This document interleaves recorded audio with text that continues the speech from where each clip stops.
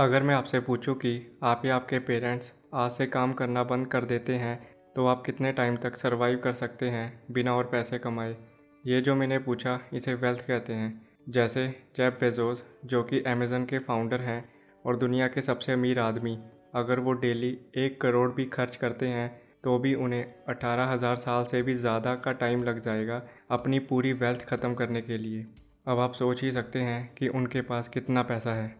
आज मैं आपको जिस बुक के बारे में बताने जा रहा हूँ उस बुक का नाम है रिच डैड पुअर डैड, जो कि रॉबर्ट कियोसाकी द्वारा लिखी गई है। इस बुक में बताया गया है कि क्यों अमीर लोग और भी अमीर होते जाते हैं और गरीब और मिडिल क्लास अपनी पूरी ज़िंदगी फाइनेंशियली स्ट्रगल करते रहते हैं। ऑथर बताते हैं कि उनके 2 फादर्स थे, एक उनके रिच डैड जो कि उनके दोस्त के पिता थे और एक उनके पुअर डैड जो कि उनके असली पिता थे। एक ने पीएचडी की थी जबकि दूसरे ने 8th स्टैंडर्ड भी नहीं की थी।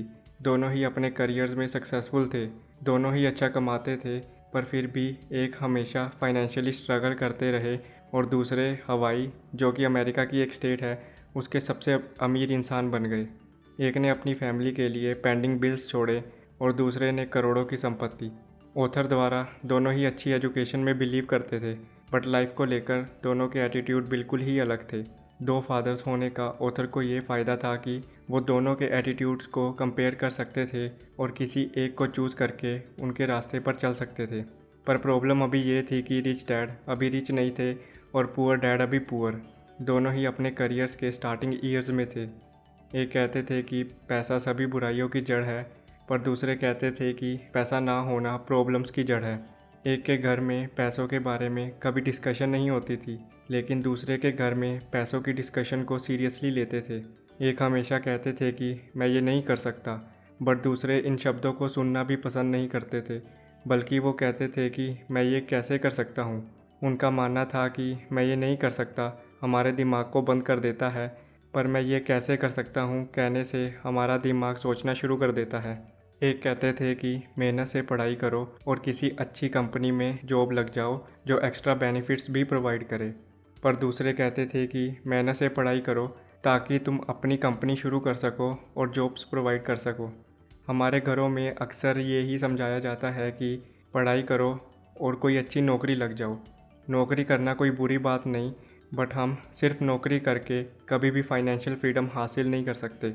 एक को पैसों के मामले में रिस्क लेना पसंद नहीं था और कहते थे प्ले इट सेफ, पर दूसरे कहते थे कि रिस्क को मैनेज करना सीखो।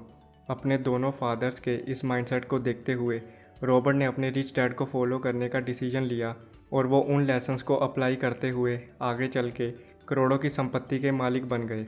उन लेसन्स में से कुछ लेसन्स जो कि रॉबर्ट ने अपने रिच डैड से सीखे, जो कि बहुत इंपॉर्टेंट है अपनी लाइफ को बेहतर बनाने के लिए, वो ये हैं। Lesson number 1, financial literacy. Author कहते हैं कि फाइनेंशियली लिटरेट होना बहुत ही ज़्यादा ज़रूरी है। हमें पैसों को कैसे अच्छी से अच्छी तरह यूज़ करना है वो आना चाहिए।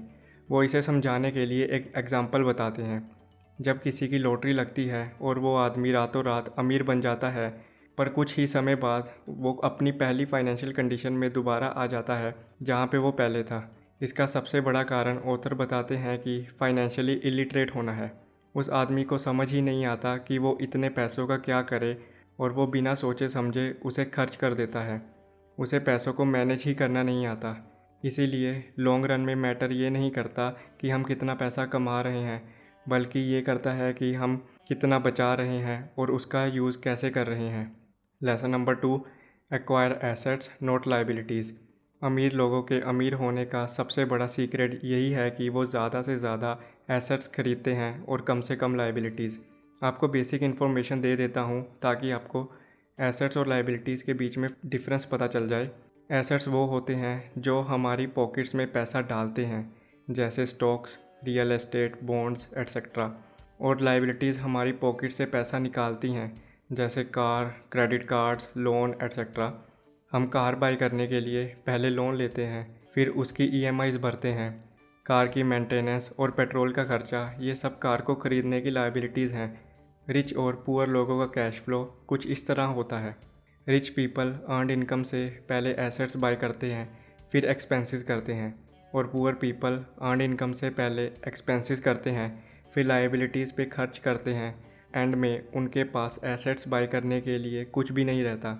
ये नहीं कि रिच पीपल लग्जरीज बाय नहीं करते, वो करते हैं, मगर एंड में जब उनके एसेट्स उनकी लाइबिलिटीज़ को कवर करने के लिए इनफ कैश फ्लो प्रोड्यूस कर सके। बट पुअर पीपल लग्जरीज पहले बाय करते हैं। इसीलिए हमें ज़्यादा से ज़्यादा एसेट्स कॉलम पर फोकस करना चाहिए और कम से कम लाइबिलिटीज़ पर। Lesson number 3, work to learn. हम एक डायनामिक वर्ल्ड में जी रहे हैं और हमें सर्वाइव करने के लिए चेंज के साथ चेंज होना बहुत ही ज़्यादा ज़रूरी है, और ये बात रिच लोग बहुत अच्छी तरह से जानते हैं। वो कुछ ना कुछ नया सीखने के लिए हमेशा तैयार रहते हैं, जबकि पुअर माइंडसेट के लोग चेंज को हेट करते हैं। अगर उनके लाइफ में ज़रा सा भी चेंज आ जाए तो वो परेशान हो जाते हैं, जबकि रिच माइंडसेट के लोग उसको एक अपॉर्चुनिटी की तरह देखते हैं और वो अपने आप को उसी के हिसाब से डेवलप करते हैं। Lesson number 4, rich people do not work for money. लोग समझते हैं कि ज़्यादा पैसा उनकी सभी प्रॉब्लम्स को दूर कर देगा, पर असल में ऐसा नहीं होता। ज़्यादा पैसा कमाने के चक्कर में वो अपना सबसे कीमती एसेट जो कि टाइम है उसे वेस्ट कर देते हैं, मगर फिर भी ज़्यादा पैसा उनकी प्रॉब्लम्स को सॉल्व नहीं कर पाता। रिच लोग जानते हैं कि टाइम बहुत प्रीशियस है और वो इसका इस्तेमाल बहुत अच्छी तरह से करते हैं। ये कुछ लेसन्स हैं जो मुझे इस बुक में सबसे ज़्यादा इम्पोर्टेंट लगे। अगर आप और भी ज़्यादा डिटेल में जानना चाहते हैं तो एक बार इस बुक को ज़रूर पढ़ें। आई एम श्योर आपको बहुत फ़ायदा होगा। अगर आपको वीडियो अच्छी लगी तो प्लीज़ इस वीडियो को लाइक करें और शेयर भी करें, और अगर आप ऐसी बुक समरी वीडियोस और देखना चाहते हैं तो आप मेरे चैनल 1% माइंडसेट को सब्सक्राइब करें और मेरी लेटेस्ट वीडियोस के नोटिफिकेशंस के लिए बेल आइकन को भी प्रेस करें।